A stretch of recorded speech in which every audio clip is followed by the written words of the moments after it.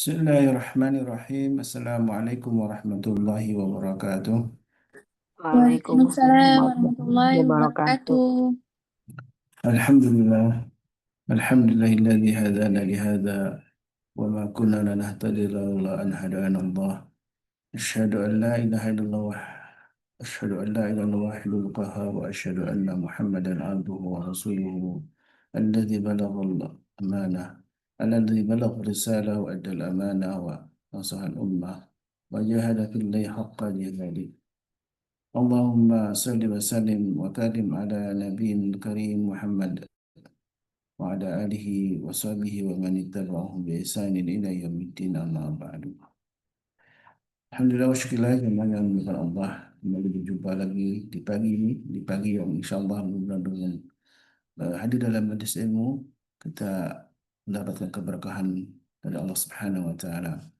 Pagi yang alhamdulillah di pagi ini kita bersama insyaallah dengan guru-guru kita, Saudara Al-Jambari dan juga Sadrul Renata yang setiap Kamis, alhamdulillah dalam sekolah ayah bunda kita sudah banyak mendapatkan kenikmatan ilmu dan mudah-mudahan dengan hidayah ilmu inilah Allah Subhanahu wa taala tambahkan iman dan Islam atau istiqamahkan kita dalam iman dan Islam kita. Salawat dan salam tentu senantiasa kita aturkan kepada Nabi kita baginda Rasulullah SAW juga untuk keluarga beliau, para sahabatnya dan mudah-mudahan kita termasuk para pecinta sunnah dari Nabi SAW sehingga kita layak untuk mendapatkan syafaat dari beliau. Allahumma amin. Dan tentu dalam menjalankan keluarga kita, membina keluarga kita, tidak pernah kita lepas dari tuntunan dari syariat kita. Dan di pagi ini tema yang insya Allah juga sangat aktual dengan apa yang terjadi di sekitar kita, yang terjadi di negeri ini yang sedang menangis karena ada musibah yang luar biasa ya, yang menimpa saudara kita di Sumatera. Dan mudah-mudahan Allah Subhanahu Wa Taala rahmati kepada orang yang sudah wafat ya karena musibah ini, karena bencana ini, dan juga Allah tambahkan kesabaran bagi orang yang masih hidup dan terus menjalani bertahan ya dalam eh, musibah ini. Mudah-mudahan Allah Subhanahu wa taala tambahkan kebaikan tidak hanya bagi mereka yang terkena musibah dan bagi kita sungguh menjadi peringatan bagaimana kita menunjukkan kepedulian kita terhadap saudara kita. Dan alhamdulillah gerakan sosial sebagaimana biasa kita saksikan begitu masif ya, sama-sama ingin mendapat kebaikan dari musibah yang dialami oleh saudara kita dan kita ikut bersedekah. Dan ini alhamdulillah kita menjadi bagian dari orang-orang yang peduli dengan saudara-saudara kita karena al-muslim, seorang muslim itu adalah saudaranya muslim yang lain, yasyudu ba'duhum ba'dha, yang seharusnya memang saling menguatkan. Di tema di pagi ini insya Allah kita bahas tentang bagaimana pasca bencana tentunya ya, atau bencana apa yang kita bisa ambil hikmah dari bencana yang sekarang ini terjadi. Dan insya Allah kami bersamai oleh guru kita Saudara Al-Jamlari dengan uh, Sadruli yang mudah-mudahan beliau juga bisa hadir karena beliau sedang safar ya. Mudah-mudahan sinyalnya kata beliau bisa menunjang untuk juga bisa hadir dalam kajian di pagi ini. Assalamualaikum, Saudari. Waalaikumsalam warahmatullahi wabarakatuh. Apa kabar Ustaz? Alhamdulillah, bidu'aikum sehat, Alhamdulillah. Masya Allah, Masya Allah. Baik, Ustaz, nampaknya Ustaz Ruli agak kesulitan kali ya untuk Sepertinya begitu, beliau sedang safar di pedalaman, cuman nggak clear di pedalaman mana beliau, di daerah wilayah mana ini. Ya, mudah-mudahan lancar-lancar apa yang beliau jalankan dan menjadi bagian yang memang eh, apa banyak hal yang kemudian memang harus kita kerjakan bagian per bagian. Insya Allah semua kebaikan akan jadi manfaat pada eh, seluruh bagian insya Allah. baik. Kita doakan guru-guru kita ya, khusus yang sedang safar, Ustaz Ruli, dan juga tentu guru kita Ustaz Dodi, mudah-mudahan Allah senantiasa curahkan kesehatan, keberkahan, dan juga tentu istiqomahan dalam dakwah. Dan di pagi ini tema yang sangat aktual saja tentang apa yang terjadi di sekitar kita bencana ini, yang tentu banyak hal yang bisa kita lihat dari bencana ini. Apalagi pasca bencana ini masih banyak hal yang perlu jadi PR saja. Orang-orang trauma, mungkin sesudah kita trauma dengan betapa dahsyatnya ya, banjir yang menimpa meluluh lantakan rumah mereka, sawah-sawah mereka gitu kan ya.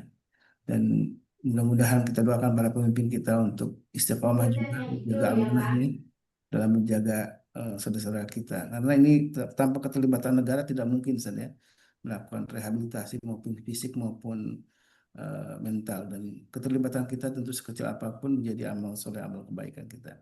Baik, Nah, baik, kita bahas bareng-bareng saja karena Ustadz Ruli sedang ada safar, jadi beliau yang paling banyak berkiprah ketika ada musibah dan beliau yang turun langsung ke masyarakat, yakni rehab mental di pasca musibah itu Ustadz, biasanya eh, agak luar biasa effortnya karena ada tingkat, ada orang atau ada wilayah-wilayah di mana orang punya keimanan yang cukup sehingga mereka bisa menerima takdir dengan lapang dada.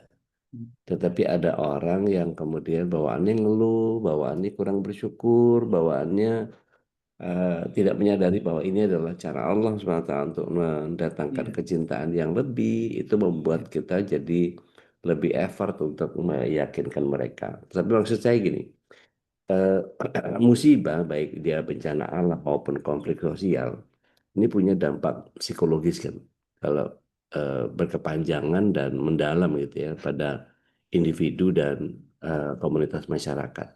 Pentingnya rehabilitasi mental ini kemudian harus dia terstruktur menjadi sangat penting atau krusial untuk mencegah dampak jangka panjangnya seperti trauma, kecemasan, depresi, dan membangun kembali kemampuan masyarakat. Laporan-laporan mengurai pendekatan rehabilitasi mental ini yang sifatnya berbasis kelompok gitu ya. Ini ditargetkan khusus untuk tidak hanya untuk anak-anak, tapi Hmm. ibu-ibu dan masyarakat umum pasca musibah.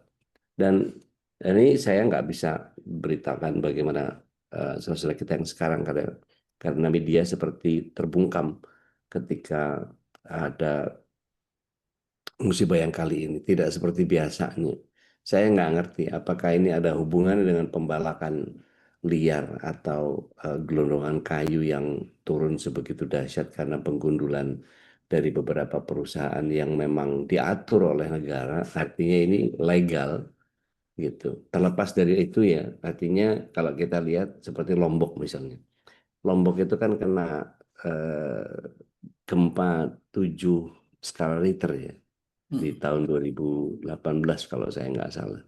Itu kan tidak hanya menyebabkan kerusakan fisik dan korban jiwa, tapi juga meninggalkan trauma psikologi yang sangat mendalam buat individu dan komunitas masyarakat. Artinya dampak psikologis ini eh, baik trauma, kecemasan, depresi, dan duka cita. Kan waktu itu kalau nggak salah sebentar-sebentar 2 hari sekali goyang lagi, 2 hari sekali goyang lagi, baru beberes udah goyang lagi. Dan itu bagian yang sangat melumpuhkan perekonomian dan pendidikan kan. Artinya intervensi psikologi ini berperan penting sebagai faktor protektif terhadap kesehatan mental buat korban bencana dimanapun. Pendekatan yang berbasis individu dan kelompok ini terbukti efektif dalam penanggulangan trauma. Begitu juga dengan begini, antum perhatiin nggak, Ustaz, kalau kita sedang eh, melakukan satu yang disebut dengan psikologi massa, kenapa orang yang kalau sholat id itu nggak pernah jalan di pinggir jalan, jalan di tengah-tengah jalan. Hmm. Mereka pakai pakai apa pakai sajadah gitu, mereka berlenggang di tengah jalan padahal biasanya itu nggak akan mereka lakukan.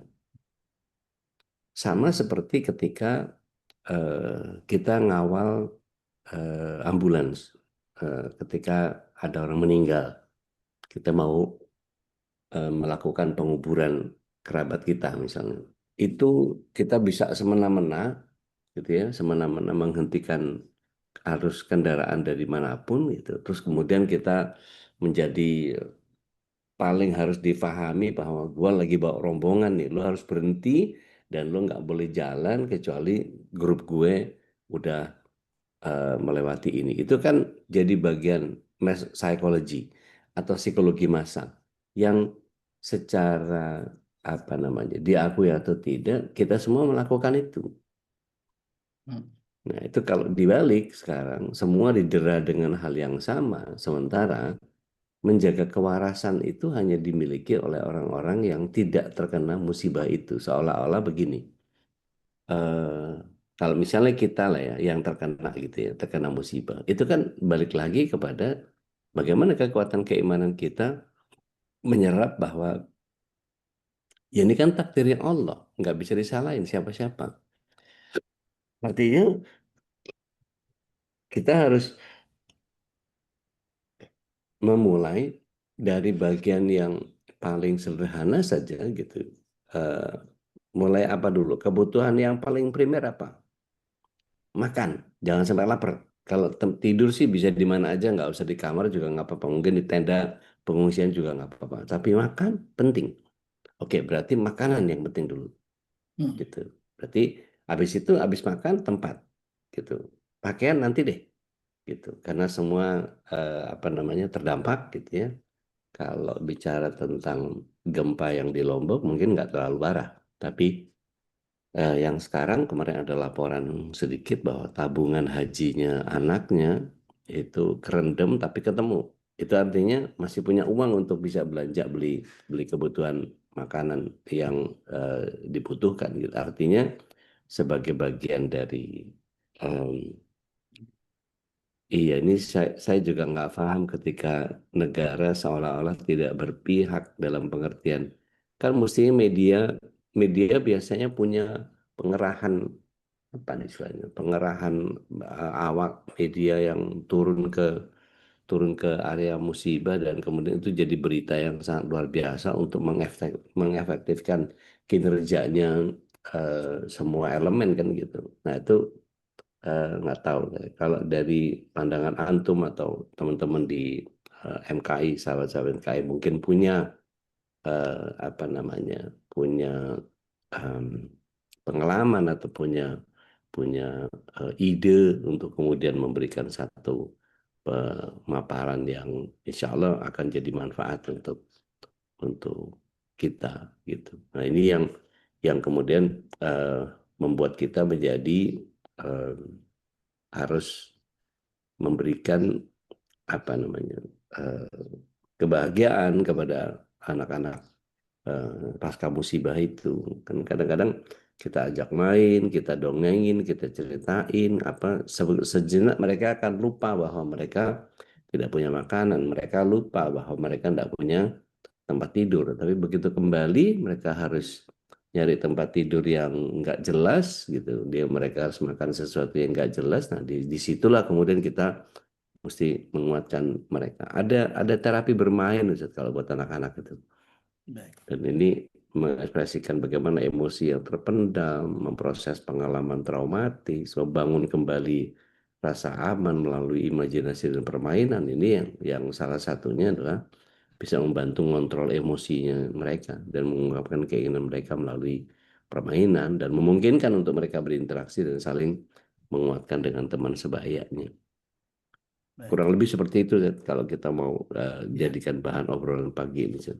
Baik, saya silakan jamaah ya, siapa kita untuk saling berbagi pengalaman atau mungkin testimoni atau juga usulan-usulan yang inspiratif untuk kita melihat bagaimana musibah ini dalam perspektifnya. Tapi kita tentu ada pondasi yang insya Allah akan disampaikan oleh Ustaz Dodi Al-Jabir yang paling penting juga karena memberikan alas ya. Nah, penting dalam memahami tentang musibah dan bagaimana sikap terhadap musibah dan bagaimana pasca musibah yang tentu ini bagian yang ada dalam syariat kita yang telah digariskan oleh Allah Subhanahu wa taala dan juga diajarkan oleh Rasulullah SAW. Saya persilakan dulu sebagai pondasi, sebagai alas gitu saja yang Iya. Allah akan menjadi pemahaman dasar kita dalam memahami musibah ini. Saya Iya. silakan kepada guru kita Ustaz Dodi Al-Jamili. Barakallahu masykur. Baik, syukran jazakumullahu khair. Sebetulnya peran dukungan keluarga, guru, dan lingkungan yang aman ini sangat vital untuk proses pemulihan anak-anak. Ala kulli hal, alhamdulillah. Kita mesti banyak memuji Allah Tabaraka wa Ta'ala di dalam menghadirkan begitu banyak persoalan. Sekecil apapun, sebesar apapun yang terjadi pada diri kita, haruslah kita kemudian menghadirkan kesyukuran. Salawat serta salam semoga senantiasa tercurah ke hadirat Rasulullah SAW, berikut para keluarga, sahabat, dan para pecinta risalah dan syariat beliau hingga akhir zaman. Dan mudah-mudahan kita yang hadir pada pagi hari ini bisa menjadi bagian dari golongan orang-orang yang mendapatkan syafaat beliau kelak di akhirat. Kita doakan terus dan terus, selalu dan selalu. Semoga Allah SWT memberikan keistiqomahan kepada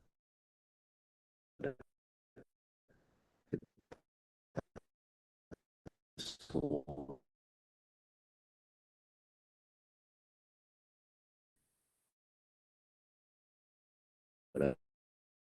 keluarga kita. Allah SWT beri keislaman kita istiqomah sampai akhir hayat kita dalam menyebut husnul khotimah surga kelak. Nah, peran dukungan guru, lingkungan, dan eh, masyarakat secara umum untuk menumbuhkan hal-hal yang positif dalam proses pemulihan anak-anak di kita gitu ya, membantu anak-anak mengelola emosi pasca bencana itu. Kalau kita berharap kepada Kementerian Pemberdayaan Perempuan dan Perlindungan Anak, itu kan fasilitas kegiatan dukungan pemulihan pasca bencana termasuk posko ramah perempuan dan anak itu nanti tidak hanya kebutuhan eh, apa pembalut dan apa segala macam gitu ya, sabun, sampo, dan seterusnya. Tapi kalau kita lihat kondisinya saudara-saudara kita di eh, Sumatera, itu menjadi bagian yang mau dikerjain dari mana dulu ya. Pasti kemudian kalau kita lihat ada beberapa laporan bahwa air sudah mulai diperbaiki, fasilitas air. Air itu penting banget. Dan eh, beberapa daerah, karena ini kalau mau ngomongin satu dan lain hal, ini ada beberapa tempat yang terdapat dampak gitu kan ya. Sehingga kita mengatakan kalau di Aceh itu enggak semuanya parah seperti Tamiang gitu misalnya. Di Tamiang itu mulai banyak yang bau busuk bangkai mayat manusia itu sudah mulai tercium. Ini artinya kan juga bagian yang sangat tidak nyaman untuk apa namanya ditinggali seperti itu. Dan ini lebih lebih penting bagaimana kita pada stres ekonominya gitu ya. Ada potensi besar penanggulangan ini menjadi bagian yang eh, kita mesti pretelin satu-satu. Tapi yang harus kita selamatkan pertama adalah kelompok dukungan ibu. Sehingga ibu-ibu ini kalau bisa berbagi pengalaman, saling menguatkan gitu, saling mengurangi isolasi, dan konseling individu juga menjadi bagian yang kita meningkatkan kompetensi kerja dan pemberdayaan usaha bisa diberikan kepada masyarakat yang rentan. Karena keterlibatan perempuan dalam perencanaan kebencanaan ini bisa meningkatkan efektivitas kurang lebih sekitar 30%. Nah, kalau kita membentuk kelompok-kelompok masyarakat umum ini menjadi bagian yang eh, mendewasakan atau mematangkan. Jadi ini membuat kita menjadi harus muncul harapan-harapan yang paling awal adalah bagian yang kita tahu bahwa musibah itu datang dari Allah Tabaraka wa Ta'ala, yang kemudian tidak bisa kita nafikan bahwa setiap kita kemudian dibenturkan oleh Allah SWT dalam konteks uh, banyak persoalan. Mari kita lihat satu demi satu apa yang Allah SWT hadirkan dalam kehidupan kita, di mana setiap kita dibutuhkan oleh Allah Subhanahu wa Ta'ala memunculkan amal-amal yang saleh. Kita mulai dari surat yang ke-67 ayat yang kedua. Ada yang berkenan mau membacakannya, monggo silakan. Kita baca Ya, Bude. terjemahnya itu. Mangga, silakan. Al-Mulk yang kedua, ayat 2 ya. Auzubillahiminasyaitonirrajim. Yang menciptakan mati dan hidup untuk menguji kamu. Siapa di antara kamu yang lebih baik amalnya? Dan Iya, Dia Maha Perkasa, Maha Pengampun. Masya Allah. Jadi ketika Allah SWT menghadirkan, Allah yang menghadirkan kehidupan dan kematian, maka diujikan kepada kita. Jadi ada bencana, tidak ada bencana, mati dan hidup pun itu sudah jadi fitnah. Bahkan dalam penjelasan hadis yang Rasulullah SAW mintakan kepada kita untuk tidak meninggalkannya di 4 doa yang kita berlindung kepada Allah Tabaraka wa Ta'ala sebelum kita salam. Masih ingat ya? Allahumma inni a'udzubika min adzabil jahannam wa a'udzubika min adzabil kubri wa a'udzubika min fitnatil mahya wa mamat. Ya Allah, aku berlindung kepadamu dari fitnah kehidupan dan kematian. Artinya ketika Allah SWT, kita kembalikan kepada surat 67 ayat 2 tadi, Allah SWT selalu menghadirkan kematian dan kehidupan. Dia berluakum untuk menguji kita. Maka di situ di bagian akhirnya Allah SWT menyatakan ahsanu amala. Siapa ayyukum yang keluar dari kalian yang bisa memunculkan ahsan amal. Bukan kathira amala, tapi ahsan amal. Jadi yang lebih baik amalnya yang mana? Ketika terjadi itu, maka yang diujikan adalah bagian apakah kita bersabar. Setelah bersabar, apakah kita bisa menghadirkan kesyukuran? Nah, itu bagian yang kemudian setiap kita paham bahwa uh, tidak boleh menolak takdir. Kita tidak bisa tidak bisa menolak apa yang terjadi dari luar kehendak kita, tetapi kita bisa mengontrol bagaimana sikap kita terhadap apa yang datang kepada kita.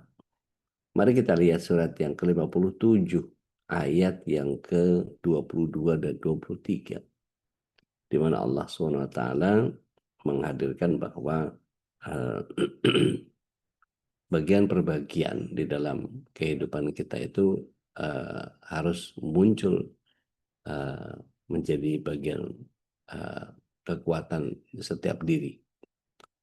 Ada yang berkenan? Enggak, silakan. Enggak. Auzubillahiminasyaitonirrajim. Setiap bencana yang menimpa di bumi dan yang menimpa dirimu sendiri, semuanya telah tertulis dalam kitab Lauh Mahfuz sebelum kami mewujudkannya. Sungguh yang demikian itu mudah bagi Allah. Yeah. Ayat 23. Agar kamu tidak bersedih hati terhadap apa yang luput dari kamu dan tidak pula terlalu gembira terhadap apa yang diberikannya kepadamu. Dan Allah tidak menyukai setiap orang yang sombong dan membanggakan diri. Iya. Jadi ketika kita tahu bahwa musibah itu sudah didesain oleh Allah SWT. Bahkan Rasulullah SAW menyatakan bahwa tidaklah terjadi sesuatu kecuali 50.000 tahun sebelum penciptaan langit dan bumi. Lauh Mahfuz sudah nulis itu. Artinya kalau sudah kita bicara tentang itu ya mau ngomong apa lagi gitu. Jadi kalau Allah SWT sudah memberikan bagian itu adalah bagian yang kemudian ya sudah jadi kekuasaan Allah. Jadi Allah menghadirkan itu untuk apa? Nah kita bisanya apa? Gitu. Nah ini yang kemudian bagian yang setiap kita mempunyai pola yang seharusnya apa yang harus saya kerjakan.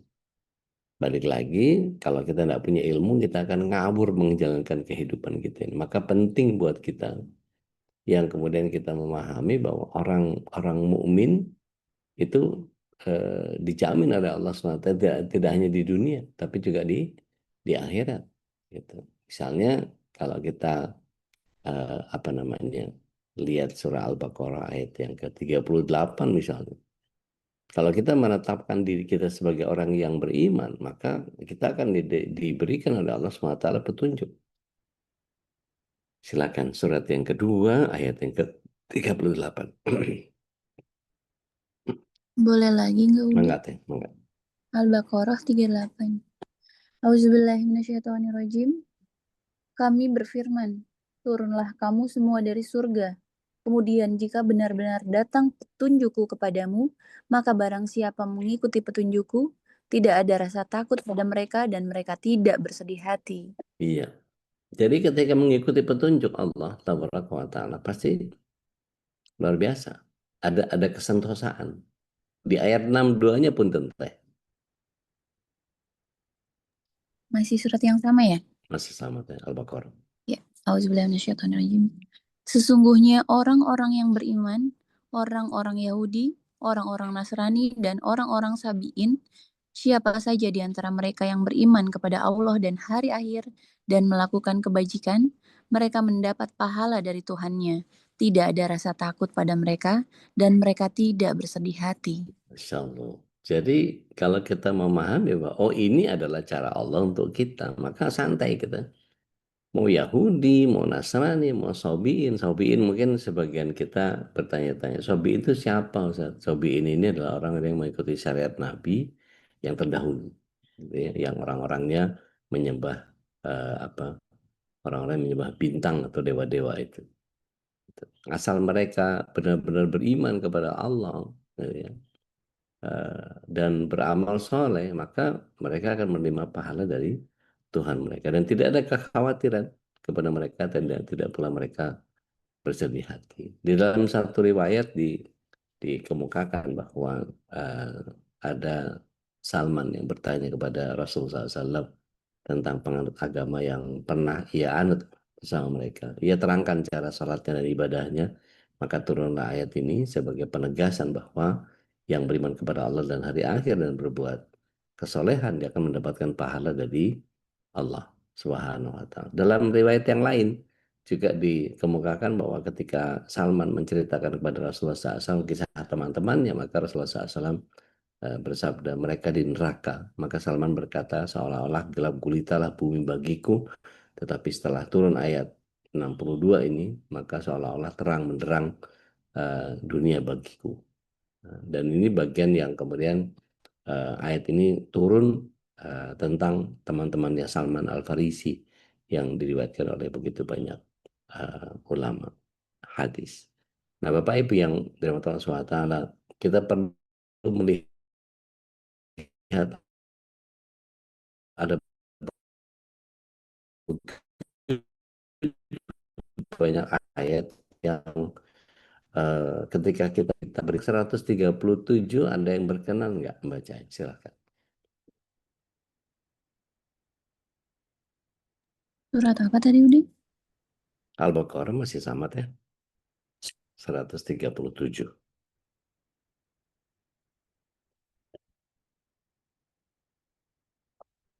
Nah, dia mau baca. Kalau nggak di saya lagi boleh. Mangga, silakan. Auzubillahiminasyaitonirrajim. Maka jika mereka telah beriman sebagaimana yang kamu imani, sungguh mereka telah mendapat petunjuk. Tetapi jika mereka berpaling, sesungguhnya mereka berada dalam permusuhan denganmu. Maka Allah mencukupkan engkau Muhammad terhadap mereka dengan pertolongannya. Dan dia maha mendengar, maha mengetahui. Insya Allah. Jadi ini bagian-bagian yang setidaknya setiap kita kalau punya bekal iman, kita akan merasa aman dari apa yang Allah SWT hadirkan untuk kita. Kurang lebih seperti itu. Saya izin Ustadz Khalis Bakri, ini perut saya nggak bersahabat. Saya izin ke toilet sebentar. Mohon izin. Saya Baik, kembalikan dulu ke Ustadz Khalis. Afu. baik. Inilah, syukurlah. Sambil menunggu guru kita kembali hadir di Zoom, mari kita manfaatkan view yang ada ini, mungkin ingin yang berbagi, sharing, silakan. Dan sambil menunggu guru kita hadir juga, tentu informasi yang ingin kami sampaikan tentang insya Allah kegiatan di tanggal 25 Desember ya. Di sebentar lagi, akan lama lagi, kita akan ada tasyakuran MKI sekaligus ada khitanan ya. Jadi kegiatan yang mudah-mudahan jadi jalan untuk keberkahan juga. Eh, ada kegiatan khitan, insya Allah sudah ada yang mendaftar juga dan mudah-mudahan kita juga jadi bagian dari kegiatan sosial ini. Kegiatan yang insya Allah ingin berbagi dengan saudara-saudara kita, berbagi kebahagiaan dan kebahagiaan berbagi harta. Salah satunya dengan kita mendukung program khitan MKI ini yang alhamdulillah kita sudah menyelenggarakan kegiatan khitan ini hampir setiap bulan ya. Dan untuk kegiatan besar ini memang eh, hanya insidentil gitu ya. Dan kita insya Allah akan manfaatkan di akhir tahun ini dengan menggelar satu kegiatan khitan massal yang lebih besar, yang biasanya kita hanya 2 orang, 3 orang, kita ingin membuka kuota lebih banyak lagi, sekitar 30 orang. Silakan jemaah yang ingin menjadi duta kebaikan untuk berbagi ke flyer ini ya, ke grupnya yang lain, ke saudara-saudaranya, tetangga-tetangganya, barangkali ada yang berminat ingin dihitan gratis oleh para dokter dari Majelis Keluarga Indonesia. Bude Darmi, ada beberapa informasi mungkin yang ingin disampaikan berkaitan dengan kegiatan khitan. Assalamualaikum Bude. Nampaknya belum terhubung ya. Baik, insya Allah di kegiatan khitan ini juga kita sudah menyiapkan juga kegiatan lainnya.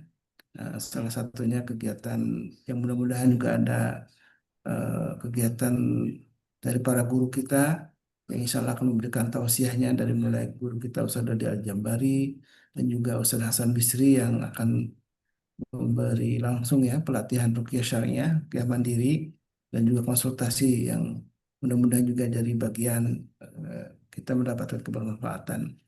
Tentu yang paling penting juga adalah kita bisa bersilaturahim bagi jamaah yang nggak jauh dari sekitar Jabodetabek, silakan. Atau mungkin yang jauh juga yang ingin datang seperti dari Bandung, Teh Nadia atau juga yang lainnya ingin berkunjung langsung berjumpa dengan para sahabat semuanya di Rumah Khitan Zidan MKI atau di rumah Betawi ya tepatnya.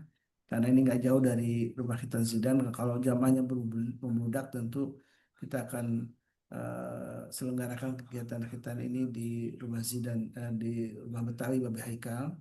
Ini rumah Betawi yang alhamdulillah cukup luas ya. Ada masjidnya, ada juga pendoponya, ada tempat-tempat yang eh, bisa digunakan untuk kegiatan khitan dan juga untuk kegiatan kajian-kajian. Dan insya Allah juga akan ada bazar, ada banyak kegiatan yang mudah-mudahan insya Allah sedang disiapkan oleh para panitia ya, untuk menyelenggarakan kegiatan yang insya Allah menjadi penutup di akhir tahun ini, menjadi kebaikan untuk kita semua. Kita bisa bersilaturahim, berbagi kebaikan, berbagi rahmat, berbagi harta, masya Allah ya, menjadi bagian. Dan juga yang sedang disiapkan bagaimana kita juga bisa menjadi bagian kepedulian kita terhadap saudara-saudara kita di Sumatera sana.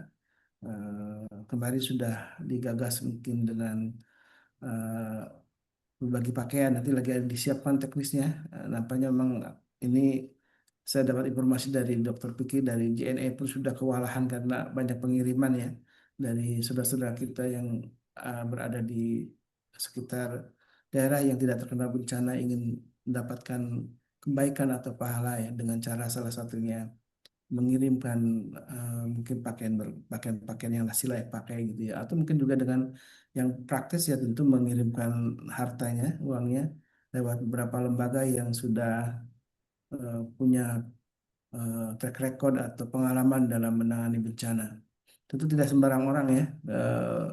Saya pun memang tidak punya keahlian kalau masuk ke wilayah bencana, kemudian yang sampai kita masuk ke wilayah bencana aja akan menjadi merepotkan para relawan lainnya karena mungkin karena tidak punya pengalaman, kurang siap secara stamina dan lain sebagainya, karena tentu butuh keahlian ya, dan biasanya dimiliki oleh para tentara gitu ya yang memang terbiasa terjun ke medan-medan sulit untuk menangani bencana-bencana ini. Kita doakan para relawan dan juga untuk pemerintah untuk terus istiqomah dalam menangani bencana. Mungkin ada pengumuman juga dari eh, Bunda Aisyah, pengurus yang lainnya, berkaitan dengan Kasih kegiatan. pengumuman sih nggak ada, Bil. Baik, Seperti yang udah ini aja, yang udah di-share aja. Mohon kerjasamanya, partisipasinya buat jamaah. karena ini buat dari kita untuk kita sebenarnya ya, dan akan kembali ya kepada kita lagi gitu kan. Ya mudah-mudahan acara ini bisa berjalan dengan lancar tanpa halangan satu apapun gitu ya. Amin, amin, Allahumma amin. Karena ini nggak bisa kerja sendiri, Ya, bukan hanya kerja panitia atau hanya kerja pengurus ataupun mungkin dari MK, tapi kerja seluruh jamaah yang ada, terutama yang ada di grup ya, itu sangat-sangat mendukung gitu. Ya mohon doanya buat semuanya, ya cara ini berjalan lancar, kita juga semua dikasih sehat afiat gitu kan, amin. bisa apa ya merencanakan untuk acara kita nanti. Baik. Saat Insya ini Allah sudah Allah kasih lancar. sudah ada yang daftar 11 orang ya, baru 11 orang ya. 11 apa 12 ya? 12 sih kayaknya kemarin kalau 12 ngelihat ya, ya. menambah terus ya. Biasanya Heeh. mendekati minggu terakhir biasanya lebih banyak yang Insya Allah. ya. Karena kemarin juga sempat, saya pribadi sempat ngasih share flyer ini ke guru TK. Kan Hmm, kalau guru TK itu PAUD itu pasti lebih banyak ini muridnya gitu kan, lebih banyak ini kenalannya gitu kan. Nah, kemarin sih saya udah bilang kita kuota sudah 10 orang ya. Kalau memang berminat mohon dikonfirmasi secepatnya gitu ya. Mudah-mudahan bisa mencapai target lah paling enggak ya. hmm. Karena target kita kan memang 30 ya. Ya, mudah-mudahan Allah kasih kita bisa lebih banyak lagi berbagi. Ya, tentu akan tergantung dengan perolehan dana ya, karena ini Betul, tadi kata Bunda Aisyah semuanya tergantung kita sendiri, karena ini bagian dari betul, sesungguhnya hajat kita ya, kebutuhan kita betul, betul.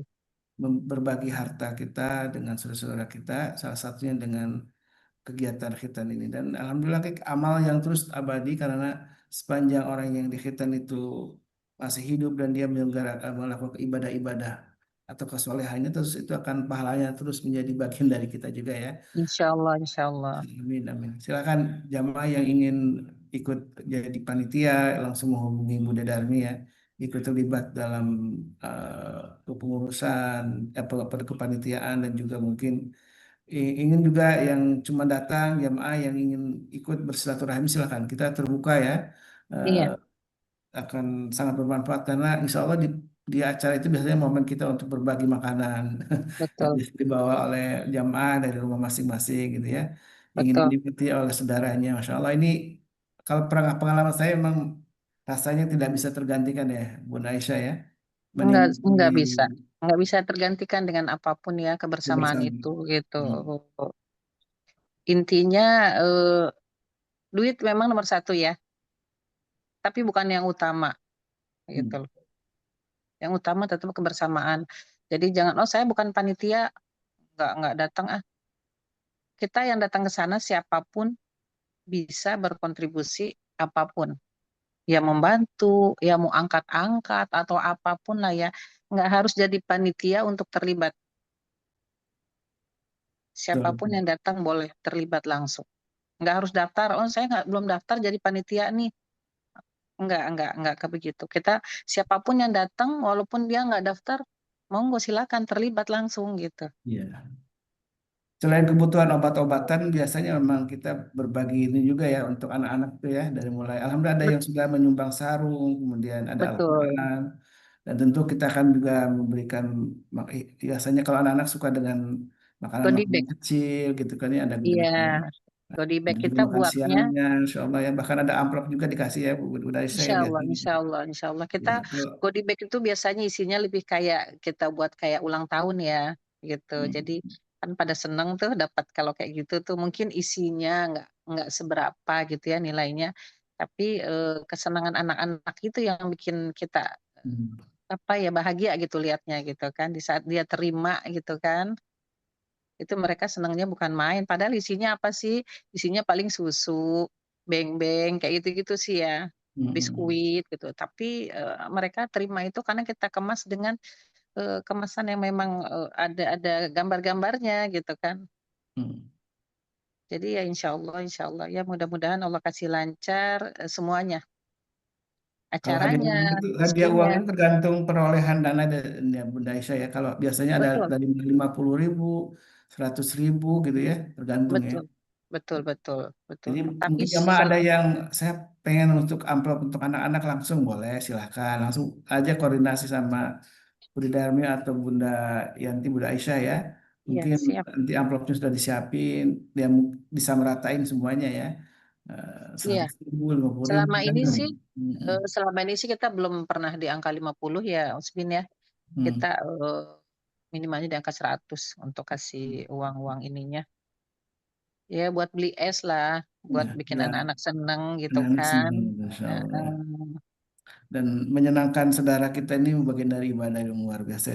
Karena Aduh, Masya Allah, Masya Allah. ini ibadah yang sederhana, yang sungguh ketika kita ikut membahagiakan saudara kita, apalagi Betul. anak-anak, Masya Allah, ini kebaikan yang terus akan mengalir untuk kita semua. Amin, Allahumma amin ya. Amin, amin, Allahumma amin. Dan insya Allah kita juga tentu didukung oleh para dokter yang profesional ya, karena kita kerjasama sama Asosiasi Dokter Hitan Indonesia. Kita sudah lama, hampir berapa tahun nih Bunda Aisyah? Kita udah hampir 3 tahun ya 3 tahun, menyelenggarakan ini masuk kegiatan yang hitan. ketiga tahun.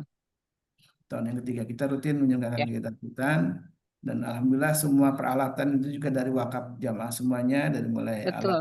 alat untuk hitan, obat-obatan, bahkan peralatan eh, Semua, semuanya ya. Alhamdulillah. semua kita wakaf dari jamaah semua, sampai isi klinik kita semuanya ya, Insya kulkasnya ya, Allah. sofanya, semua pokoknya.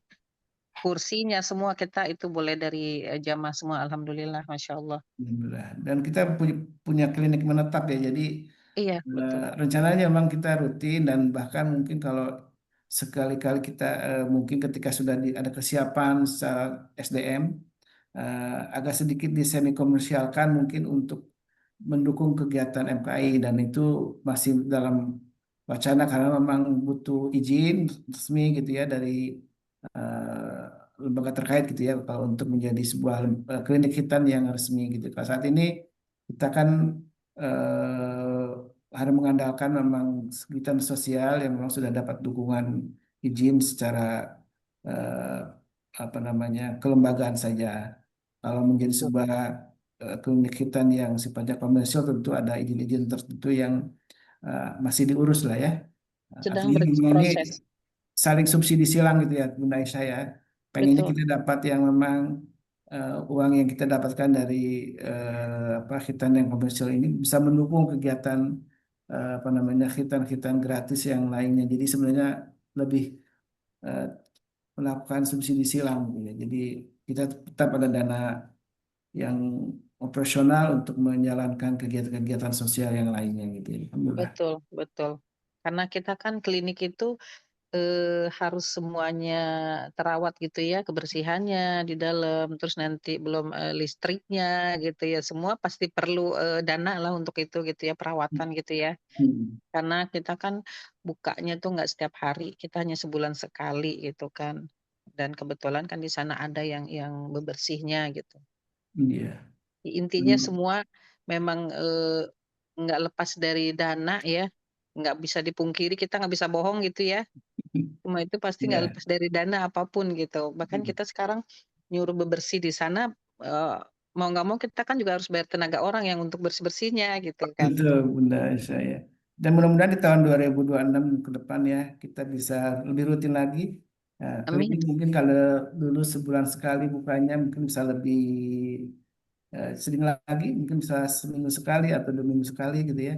Nah, ini Tapi juga sebulan sekali itu udah bagus itu, Usbin. Sebulan sekali itu udah bagus. Insya Allah. Biasanya dengan sebulan sekali aja kita buka, eee, itu biasanya untuk kampung itu sendiri itu akan kehabisan orang untuk di Hitan gitu. Masya Karena Allah. pengalaman pengalaman saya beberapa tahun di Azikro itu seperti itu, sebulan sekali karena rutin gitu kan, jadi, sampai warga kampung itu nggak ada yang mau di Hitan lagi gitu, karena memang udah habis gitu.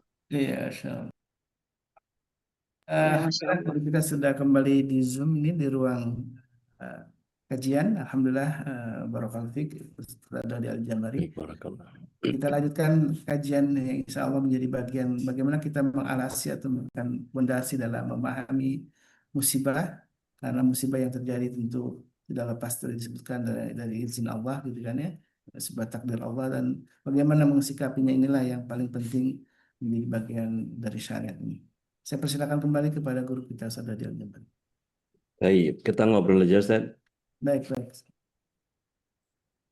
Kita buka dari Bapak Ibu. Kalau ada yang berkenan kita sharing, monggo silakan. Silakan. Yang ingin sharing bertanya boleh gitu ya. Dan ada doanya saja ketika kita terkena musibah maupun kita mendengarkan sebuah musibah dari mungkin saudara kita, tetangga kita. Ini ada doa-doanya yang diajar oleh Rasulullah saja. Kalau kita tertimpa musibah, kalau kita baca di apa doanya kan ada tuh ya, selain membaca innalillahi wa inna ilaihi rajiun, ada sebuah doa nih yang orang yang terkena musibah itu dengan Allahumma ajirni fi musibati saja, makhluk di khairan minha gitu kan. Itu apa saat filosofi dari eh, apa namanya doa yang diajarkan oleh Rasulullah SAW ini? Baik. Bismillah. Salatu wassalamu ala Rasulullah. Inna lillahi wa inna ilaihi raji'un. Allahumma ajurni fi musibati. Ajru di sini adalah pahala atau pengganti atau apa namanya istilahnya, ajru itu balasan. Jadi eh, kita memohon kepada Allah supaya dibalas. Allahumma ajurni fi musibati, dengan musibah ini diberikan pahala. Kemudian wakhlufli, gantikan khairan minha, dengan yang lebih baik. Dan itu fokusnya bisa banyak hal. Artinya kalau doa itu sebetulnya tadinya kepada kalau saya nggak keliru kepada Ummu Salamah atau kepada seorang wanita yang kehilangan anaknya. Ittaqillah, kemudian beliau menyatakan Allahumma ajurni fi musibati wa khulufli khairan minha. Dan ketika itu Ummu Salamah dinikahi oleh Rasulullah SAW. Artinya kalau kemudian suaminya yang meninggal itu kemudian digantikan dengan sesuatu yang lebih baik, maka Rasulullah SAW lah pengganti yang lebih baik. Tapi meskipun tidak dalam bentuk ganti suami ya, artinya kalau kita apa istilahnya mendapatkan musibah, tidak harus suami yang meninggal gitu ya, artinya musibah apapun. Maka ketika kita meminta kepada Allah, Allahumma ajurni fi musibati, ya Allah berikanlah aku pahala daripada musibah ini. Maka kalau kita bersabar, tahu bahwa ini adalah datang dari Allah Tabaraka wa Ta'ala, pasti kesabaran kita memunculkan pahala kan. Setelah itu meminta kepada Allah untuk digantikan dengan yang lebih baik lagi. Apa saja kondisi yang lebih baik gitu. Jadi ketika misalnya kita kehilangan sesuatu atau kita kecelakaan dan seterusnya, ada bagian yang kalau dalam pemahaman saya gini, Ustaz. Kita minta sama Allah SWT sesuatu, Allah nggak kabul. Allah nggak kabul itu kan artinya bukan berarti Allah SWT tidak mengabulkan doa kita. Allah mengabulkan, tapi dengan tiga cara. Memberikan langsung, yang kata apa namanya,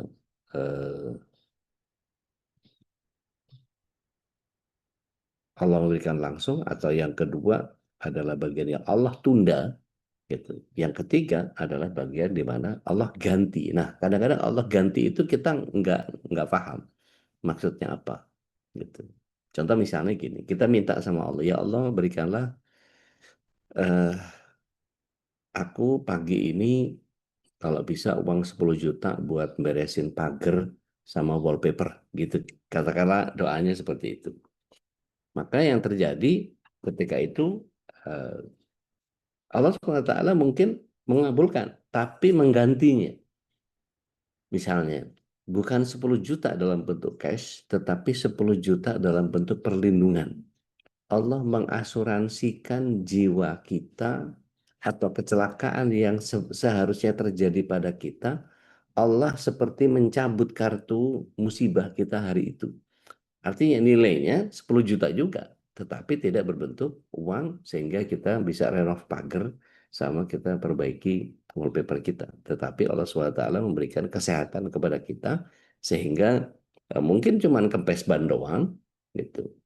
Sehingga pagi itu kita diberikan oleh Allah SWT doa tapi diganti sama Allah SWT. Nah, memaknai itu kan kita harus punya husnuzon terhadap Allah. Karena itu kan sifatnya ilustrasi yang oh mungkin ini ya, mungkin ini ya, mungkin ini. Dan kita nggak tahu apa yang benernya yang kayak apa kita nggak pernah tahu. Gitu. Kurang lebih gitu. Ustaz. Jangan sampai kita memahami ketika khairun minha itu lebih baik darinya ketika kita kehilangan handphone diganti dengan handphone yang mereka lebih bagus. Dan itu minta Bisa salah satu jadi, ganja atau sama bisa pasangan. jadi, tapi kan nggak selalu begitu. Tidak Gitu. selalu begitu ya, Insya Allah ya. Baik, ini Masya Allah dan ternyata memang kata Rasulullah ajaban li amri mukminin ya. Sungguh takjub bagi orang beriman itu ketika ketika musibah kemudian semuanya baik ternyata ya. Ya dengan sabar itu dia mendapatkan pahala, dengan syukur juga bahkan mendapatkan pahala itu. Makanya semuanya baik bagi orang-orang beriman ini. Dan ada satu doa lagi Ustaz yang mungkin juga perlu diketahui oleh kita semua. Ketika kita mendengar musibah orang lain, ternyata doanya berbeda Ustaz ya. Hmm. Ketika apa namanya kita katakanlah mendengar musibah yang ditimpa oleh saudara kita, eh, kita berdoanya ternyata berbeda bukan tadi yang seperti yang disampaikan ya. Nah, saya share juga di chat nih doa yang ternyata mutafakun alaih hadisnya Bukhari Muslim yang memang berkaitan dengan kisahnya Ummu Salamah ya setelah ditinggal Hmm. oleh Abu Salamah itu Nah, kan benar kan? mendapatkan orang terbaik yaitu Rasulullah Iya, SAW. Masya Allah, Masya Allah. Ini Tapi doa tidak selalu seperti itu. Nanti bisa kondisinya yang lebih baik, mungkin iya. ada sesuatu yang lebih baik, Insya Allah. Tentang doa ini Ustaz yang alhamdulillah afani itu Ustaz ya. Doa ketika kita mendengar musibah yang menimpa orang lain gitu. Nah, ini bagaimana filosofinya Ustaz yang bisa kita pahami gitu ya. Yang mana, Ustaz? Doanya, Ustaz? Yang ketika kita mendengar orang lain kena musibah, alhamdulilladzi afani mimma btalaka bihi wa faddalani ala katsirin mimman khalaqa tafdila. Jadi kita bersyukur kepada Allah kita tidak terkena musibah gitu kan. Tapi jangan sampai kita omongkan di depan orang yang kena musibah gitu ya. Tapi ini diajarkan oleh Rasulullah SAW dalam Benar, hadis benar. dari Ibnu Umar ya, radhiyallahu anhu. Jadi Rasulullah bersabda ketika melihat saudaranya terkena musibah atau bala, maka faqala kata Rasulullah, alhamdulillahilladzi afani mimma btalaka bihi wa faddalani ala katsirin mimman khalaqa tafdila. Ah, taib. Jadi itu sahih itu, Ustaz. Hmm. Bahkan artinya kita memuji Allah Taala yang sudah menyelamatkan kita dari musibah yang menimpa orang-orang itu dan benar-benar memuliakan kita dari makhluk yang lain. Artinya kita tidak perlu terlalu sibuk seperti saudara-saudara kita. Artinya gini, kalau kita lihat ya banyak aktivis-aktivis eh, NGO ya, non-government organization yang turun eh, ke wilayah bencana itu kan betul-betul ajaib ya, semuanya ajaib. Banyak banyak menemukan hal-hal yang sangat luar biasa. Eh, Contoh sederhana saja misalnya, kita masih melihat ada orang yang sholat di antara reruntuhan apa namanya di begitu banyak. Dia pilih satu tempat kering dan dia masih tetap berdoa, dia tetap sholat dengan mukenanya dan dia itu menjadi pemandangan yang sebetulnya masih dalam kondisi begitu saja luar biasa gitu.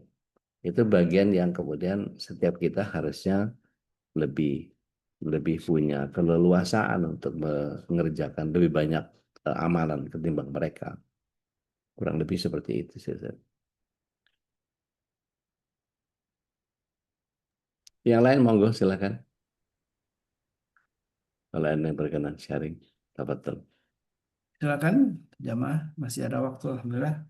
Biasanya kalau di hari Kamis ini memang udah sampai jam 6.30 ya.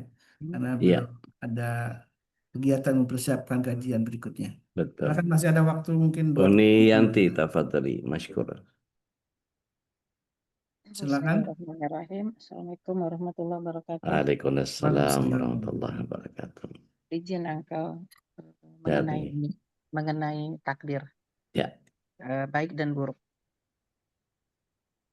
Semua itu sudah tertulis ya, jauh sebelum kita hadir di dunia ini sudah tertulis gitu kan. ya.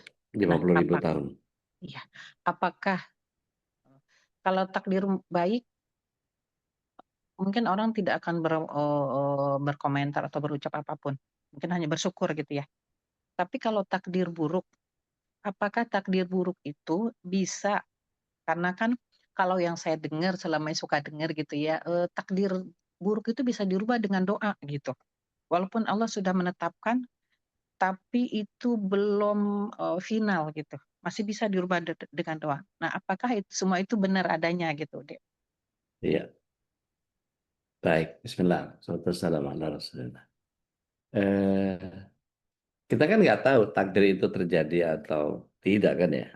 Artinya eh, ketika kita memahami bahwa eh, Allah SWT menghadirkan itu untuk kita, itu bagian yang seharusnya kita pahami sebagai eh, sebuah ketetapan yang kita juga nggak bisa milih gitu ya. Tetapi gini, ada beberapa kisah yang ketika kita memohon kepada Allah SWT, maka Allah merubah ketetapan itu, tapi berdasarkan bagian ketetapan yang lain. Nih satu contoh ya. Eh, Rasulullah SAW diberitahu oleh Jibril, pria ini nanti siang akan wafat dalam keadaan dipatok ular di tengkuknya. Kemudian sore orang itu masih sehat, bahkan gundukan kayu kering yang dia bawa lebih banyak dari biasanya. Maka ada seorang sahabat yang nanya ke Rasulullah SAW, ya Rasulullah, kok nggak jadi meninggal padahal kau katakan meninggal? Maka dipanggil, Rasulullah SAW juga nggak tahu apa rahasia Allah nih. Kemudian dipanggil, ya Fulan, ta'al. Ditanya, mana kembali apa yang kau kerjakan hari ini? Bingung orang itu ditanya gitu. Hah? Apa ya? Ya saya keluar dari rumah, saya cari kayu bakar, saya ketemu sama kalian. Udah itu aja. Kata Rasulullah SAW, enggak. Pasti ada sesuatu yang kau kerjakan. Yang lain dari biasanya. Apa? Oh, tadi itu aku bertemu dengan seorang fakir. Aku membawa roti gandum dan aku patahkan separuh untuk dia. Rasulullah SAW sampai menunjuk, hada asabakatu daf'ul bala. Sedekah itu menolak bala. Maka dari kesimpulan itu, kita bisa melihat bahwa ternyata lebih panjang umur nggak orang itu? Iya, panjang umur. Rezekinya lebih banyak? Iya, lebih banyak. Gitu.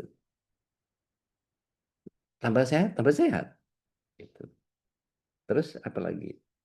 Hari itu ditambahin anugerah. Tambahin anugerah. Artinya beberapa ulama tafsir hadis menyatakan bahwa jika seseorang bersedekah maka umurnya akan lebih panjang, kesehatan ditambah, rezekinya ditambah, dan hari itu dia berada dalam keberkahan. Nah, dari situ kemudian kita bisa melihat apakah doa bisa merubah itu. Mohon izin, Uni buka surat yang ke-13, ayat yang ke-11. Nanti kita akan temukan di bagian tengah frase ayat itu, A'udzubillahi minasyaitonir rajim. Innallaha la yughayyiru ma biqaumin hatta yughayyiru ma bi anfusihim. Tidak hanya doa, tetapi harus diiringi dengan bagian yang kita eh, pahami sebagai bagian di mana tidak hanya doa. Doa itu hanya sebagai sebuah bagian pelengkap. Artinya kalau doa itu adalah bagian dari senjatanya orang muslim, kata Rasulullah SAW, doa disebutnya sebagai senjatanya orang mukmin. Gitu. Wah, ini ada yang masak nasi goreng di bawah nih. Enak banget. Gitu. Gitu nih. kurang lebih. Coba dibuka surat Eh, 13 ayat 11 ya. Berkenan sudah? nggak? Mangga. Iya, insya Allah. Bismillahirrahmanirrahim.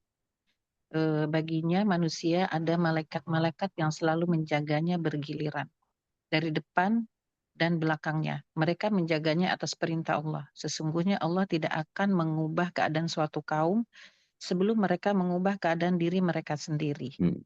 Dan Dan apabila Allah menghendaki keburukan terhadap suatu kaum, maka tak ada yang dapat menolaknya dan tidak ada pelindung bagi mereka selain Dia, Allah. iya. Jadi kalau dia melakukan perbaikan, misalnya dia berhijrah, dirubah nggak sama Allah? Dirubah. Jadi dia mungkin ya saya deh yang paling gampang gitu ya. Saya dulu kayak apa kelakuan kacau banget gitu. Tapi meminta kepada Allah, ya Allah tunjukilah saya jalan yang lebih baik dan seterusnya. Maka saya bisa hadir di sini pagi-pagi ini. Gitu. Bahkan diperustadkan meskipun nggak punya keilmuan sebagaimana para ustadz. Gitu. Kita memahami bahwa oh ternyata Allah kalau melihat seseorang yang berhijrah itu diberikan ilmu yang banyak. Dalam hadis Bukhari dikatakan bahwa man yuridillahu bihi khairan yufaqihu fiddin. Barang siapa yang Allah SWT kehendaki kebaikan maka akan diberikan pemahaman agama. Saya yang tadinya nggak paham tentang agama umur 32 baru belajar agama. Masya Udah Allah. telat, udah telat. Orang belajar dari sekolah apa segala macam memahami ini enggak umur 32 udah berantakan udah nggak karuan udah ngelakuin ini itu yang pokoknya banyak salah deh tapi ketika tahu bahwa saya harus berubah demi orang tua saya maka saya berubah dengan ngotot dengan nekat dengan ngawur gitu ya karena nggak punya ilmunya ya akhirnya sampailah saya pada kondisi seperti sekarang. Meskipun nggak ngerasa pantas diperustadkan, banyak orang yang menganggap saya jadi ustadz. Gitu. Ya sudahlah, sekalian nyemplung, sekalian basah. Gitu. Padahal kalau ditanya CV gitu, biodata apa segala macam, lulusan SMA Katolik, aduh gitu kan. Hah, belajar agama dari mana gitu. Orang kan kalau ngomongin talaki, ngomongin mulazamah di beberapa apa guru itu kan dianggapnya ya nggak formal gitu agak nggak jelas nanti pemahaman masyarakat gaduh-gaduh segala macam ya monggo saja kalau emang ada yang bisa dikoreksi dari apa yang saya keliru ya monggo aja silahkan tapi kita lihat eh, di surat yang ke-4 ayat yang ke-100 tapi terlebih yang surat yang ke-9 ayat 20 itu lebih lebih powerful menurut saya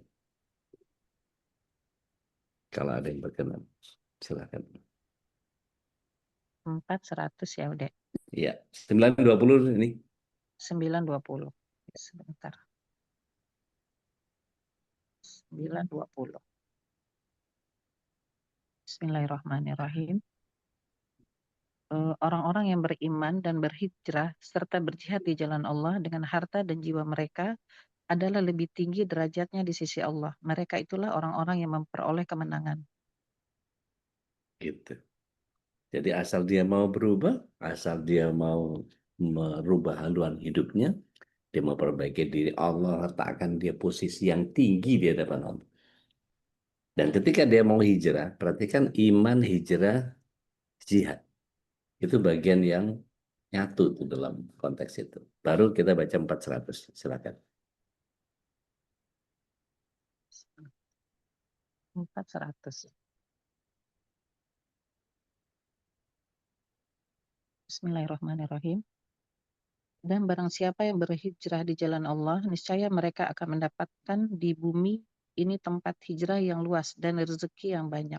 Ya, Barang siapa keluar dari rumahnya dengan maksud berhijrah karena Allah dan Rasulnya, kemudian kematian menimpanya sebelum sampai ke tempat yang dituju, maka sungguh pahalanya telah ditetapkan di sisi Allah. Dan Allah Maha Pengampun, Maha Penyayang. insya Allah. Insya Allah. Jadi, asal kita mau berubah, kita minta saja sama Allah, tapi iringkan dengan amaliyah. Gitu. Enggak cuman sekedar saatnya berubah. Kita bukan Power Ranger yang ada sabuknya. Bisa berubah jadi robot, jadi kuat gitu. Wallahu a'lam. Berarti itu balik lagi ke diri sendiri gitu ya, Uncle ya. Betul, betul. Usaha doa gitu ya. Jadi nggak Ya. bisa cuman mungkin minta, "Ya Allah saya pengen berubah," tapi nggak ada usaha, itu juga mungkin nggak akan terjadi gitu ya. Itu sama kayak niat tapi nggak ngapa-ngapain. Niat sholat Iya, tapi nggak sholat-sholat gitu. Masya Allah, Masya Allah, Masya Allah. Ini ada Alhamdulillah, yang ikut jazakallah khair. berkomentar. Oh, Pak Admin silakan, silakan. silakan. Mas Pak Admin, monggo. Mas Sersela Nanda. ya. Sersela nih. Saya Silakan. Mas Nanda, monggo. Assalamualaikum warahmatullahi wabarakatuh. Waalaikumsalam Waalaikumsalam. warahmatullahi wabarakatuh. Izin respon buat Bunda Yanti nih. Waalaikumsalam warahmatullahi wabarakatuh. Siap. Bunda Yanti apa kabar? Alhamdulillah, baik. Sehat afiat. Kabin, Alhamdulillah. Alhamdulillah. kabin kita sibuk nih sekarang nih, Masya Iya Allah. nih, aduh, Nggak pernah, subhanallah. nggak pernah disenggol-senggol nih kita nih. Maafin. Saya tertarik tuh dengan pertanyaan Bunda Yanti tadi tuh. Udah doa gitu kan, katakanlah seperti udah tadi bilang, udah ikhtiar juga, udah sedekah juga, tapi musibah itu tetap datang. Bercermin kepada musibah yang dialami oleh saudara-saudara kita di Sumatera, dan kita punya sahabat-sahabat di sana kan, ada Bunda Nirwana di sana gitu. Nah, orang-orang seperti sahabat-sahabat kita itu yang mereka pasti tidak menginginkan musibah kan. Mereka berikhtiar baik, bersedekah baik gitu. Setiap hari bahkan ikutan sedekah subuhnya MKI gitu. Tapi musibah itu tetap datang. Saya melihatnya gini, takdir musibah itu harus terjadi. Tapi untuk orang itu dihindarkan dari musibah, bahkan kalaupun harus terkena, impactnya sedikit. Percaya itu deh. Kalaupun misalnya harus ada musibah kepada kita, Bunda Yanti, dan musibah itu harus terjadi, maka impactnya paling minimal. Iya, Paling minimal. iya. Benar-benar sekali. Masya Allah. Kalau kita lihat di berita gitu, ada masjid yang selamat dari gempuran banjir bandang, sementara lainnya habis tersapu, rumah-rumah ambruk segala macam. Apa hebatnya itu masjid dibanding rumah-rumah yang lain? Sama aja, beton-beton juga, batu-batu juga gitu kan. Ada keberkahan di situ yang Allah selamatkan di situ gitu. Doa banyak orang-orang baik dan tempat berkumpulnya orang-orang baik. Itu sih kalau saya melihatnya seperti itu. Dan persis seperti yang udah bilang tadi, bahwa keimanan kita teruji dengan selalu berprasangka baik kepada Allah. Berarti suatu musibah itu bisa menimpa kita bukan karena sebab perbuatan kita, mungkin bisa sebab karena orang lain gitu ya, tapi karena Ya, kita ada di sekitar situ, yes, akhirnya kita akan terkena imbas gitu ya. yes, Betul. exactly. 1000% benar. Subhanallah. Makanya pelajaran dari nabi-nabi terdahulu ya, konsep hijrah itu kan betul banget tuh. Kaum Nabi Lut kayak apa tuh? Kalau nggak Iya. ada informasi dari malaikat, ayo segera pergi. Itu kalau Nabi Lut nggak disuruh pergi, kena juga itu. Iya. Nabi Nuh alaihissalam harus bikin kapal.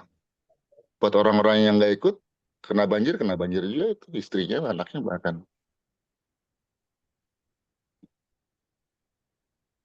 Saat ini kita punya doa, Bunda. Kita punya doa, percaya Bunda itu. Doa kita didengar sama Allah, dikabulkan sama Allah. Dan senjata Amin, itu ya. senjata yang sangat kuat. Doa itu senjata yang sangat kuat. Pasti percaya dikabulkan sama Allah. Kalaupun ada musibah besar terjadi seperti banjir tadi itu, percayalah, impact-nya itu minimal buat kita. Minimal buat kita. Tapi tadi itu seperti tadi udah bilang, kalau udah niat sholat ya sholat. Niat sholat tapi terus kemudian ke pasar ya.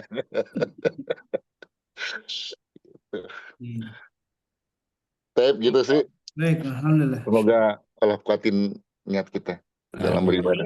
Amin, Amin. amin. Masih ada yang resen? Udah apa dibuka? Tedian, monggo, silakan. Terakhir ya, Tedian. Assalamualaikum warahmatullahi wabarakatuh. Waalaikumsalam. Udah kebetulan aku kan ngaji tahsin secara offline gitu. terus kita mengumpulkan donasi untuk bencana inilah gitu ya.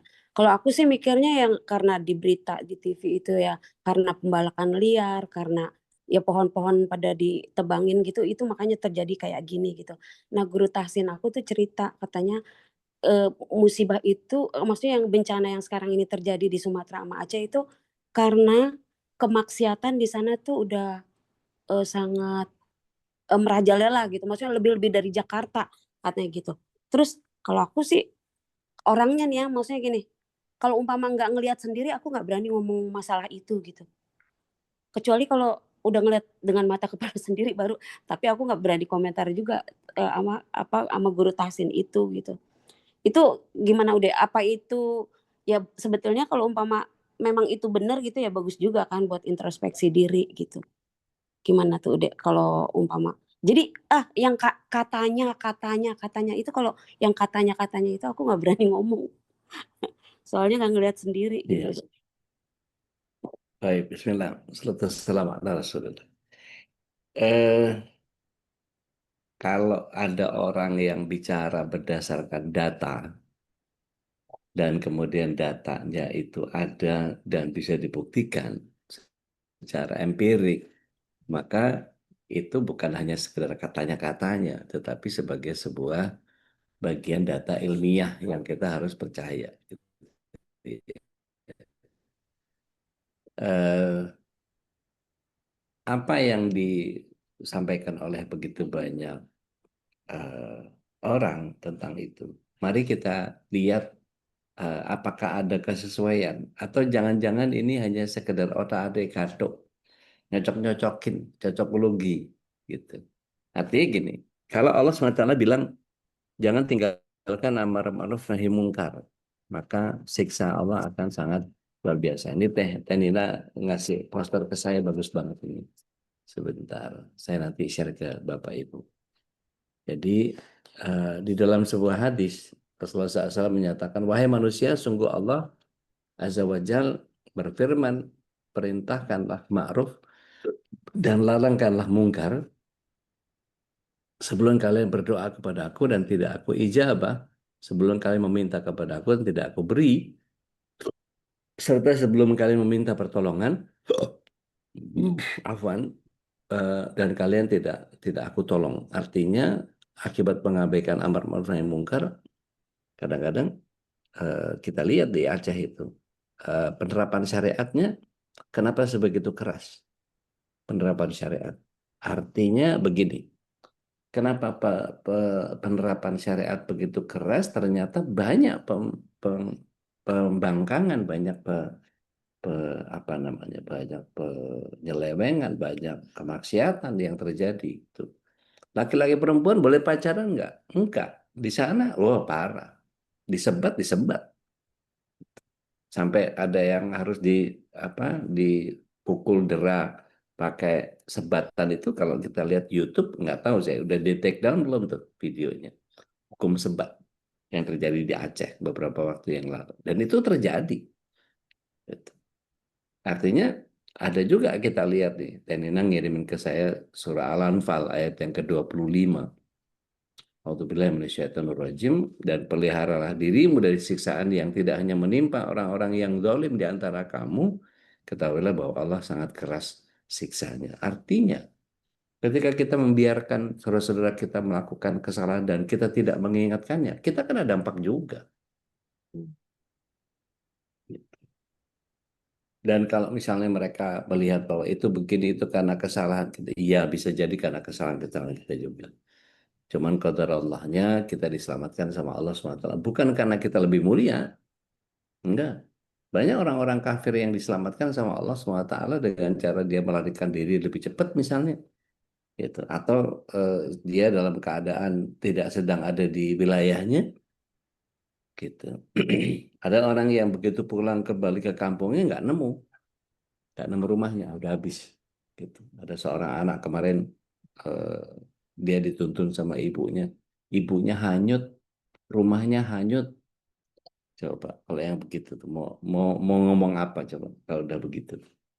Artinya kalau udah ya posisi begitu, berbagai perspektif jadi sangat mungkin Tapi yang jelas apapun yang kemudian kita pahami dari situ kembali ke surat 2 ayat yang ke-269. Hikmah itu hanya diberikan kepada orang-orang yang dikehendaki oleh Allah SWT. Dan hanya orang-orang yang mau mengambil pelajaran yang menggunakan akal sehatnya saja yang bisa mengambil itu semua. Wallahu a'lam. Bismillah. Baik, alhamdulillah, syukurlah, jazakallah khairan. Dan ini menjadi sebuah pengingat untuk kita semua ya. Saya pernah dapat nasihat dari Tuan Guru dalam kajian Zoom juga. Ya, beliau mengingatkan tentang adab ketika ada musibah. Ketika ada musibah kena ke orang lain, jangan kemudian kita mengatakan, wah karena dosa dia kemudian Allah mengazabnya gitu ya. Tapi ketika untuk diri kita, barangkali boleh kita sebagai evaluasi diri bahwa jangan kita terkena musibah karena dosa-dosa kita. Tapi untuk orang lain kita harus selalu berhusnudzon, jangan sampai mengatakan, oh karena dosa-dosa mereka kemudian Allah mengazabnya. Karena tidak tahu kita rahasia Allah Subhanahu Wa Taala ya. Tidak setiap musibah itu karena dosa manusia. Atau jadi mungkin tadi di surat Al-Anfal tadi kita ada fitnah atau siksaan yang tidak terkena hanya untuk orang yang zalim ya Ustaz ya. Karena kita harus menjaga diri dengan tadi amal ma'ruf nahi munkar. Sebetulnya kalau cuma musibah bencana, mungkin hanya sebagian wilayah yang kena. Tapi bagaimana dengan musibah iman? Itu lebih dahsyat lagi. Bagaimana dengan orang yang ada di sekitar kita nggak mau pakai jilbab dengan benar? Bagaimana dengan orang-orang yang mendengarkan azan tapi nggak mau sholat? Bagaimana dengan anak-anak kita yang kemudian sudah mulai membangkang kepada kita? Bagaimana dengan, waduh itu kalau mau dipretelin satu-satu banyak betul musibah iman kita. Itu jauh lebih bahaya karena akan terbawa sampai ke akhir. Kalau mungkin Allah SWT menghadirkan musibah buat saudara-saudara kita di Sumatera, mungkin mereka akan tergugur dosanya, akan terhapuskan, yang ada yang mati syahid bahkan gitu. Kita punya jaminan apa terhadap mati kita? Nggak punya. Jadi jangan dilihat dari sisi my life is so well gitu, everything goes nice. Enggak. Kalau musibah iman kita kemudian baca Quran aja nggak bisa nangis gitu. Umar bin Khattab radhiyallahu anhu itu mengatakan bahwa baca Quran itu nangis. Kalau nggak bisa nangis, pura-pura nangis. Coba kurang apa coba? Umar itu yang orang peranginya kasar minta ampun, tapi begitu bicara tentang Al-Quran, beliau katakan nangis kalau baca Quran itu. Kalau nggak bisa, pura-pura nangis. Kepentingan kita, pertanyaannya buat orang yang nggak belajar tentang Al-Quran, ngapain mesti nangis baca Quran? Kalau alam Alafu, Anda mesti prepare bagian pelajaran yang berikutnya. Anda langsung izin ya, live ya. Baik, jamaah kalau dan sebagai penutup akan saya bacakan sebuah hadis Nabi yang diriwayatkan oleh Imam Baihaqi, Bakiru bis shadaqah fa innal bala la yatakhattal shadaqah. Bersedekah karena bala atau musibah itu tidak akan mendahului sedekah. Artinya berbagai macam kisah tadi yang juga disampaikan oleh guru kita Ustaz Dodi, betapa sedekah itu kemudian akan menolong kita menjadi penghambat atau menjadi penghalang musibah yang akan terjadi untuk kita. Mudah-mudahan kita Allah mudahkan untuk selalu bersedekah di pagi hari dan Allah jadikan setiap momen kebaikan ini yang kita lakukan hanya ikhlas karena Allah dan mudah-mudahan jadi penambah pundi-pundi amal kita di akhirat kelak. Baik jamaah Allah, mari kita tutup dengan doa kafaratul majlis. Subhanakallahumma wa bihamdika asyhadu an la ilaha illa anta astaghfiruka wa atubu ilaik. Alaikum hadana wa iyyakum. Assalamualaikum warahmatullahi wabarakatuh. Waalaikumsalam warahmatullahi wabarakatuh.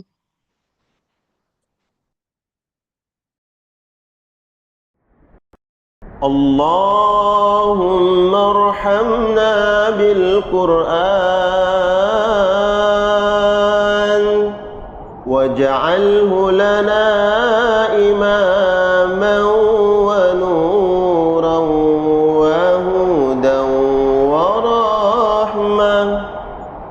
Allahumma zakkirna minhu ma nasina وعلمنا منه ما جهلنا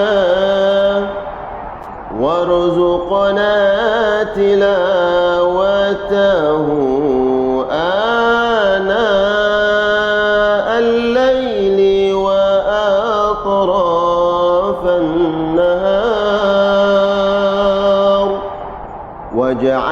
لنا حجة يا رب العالمين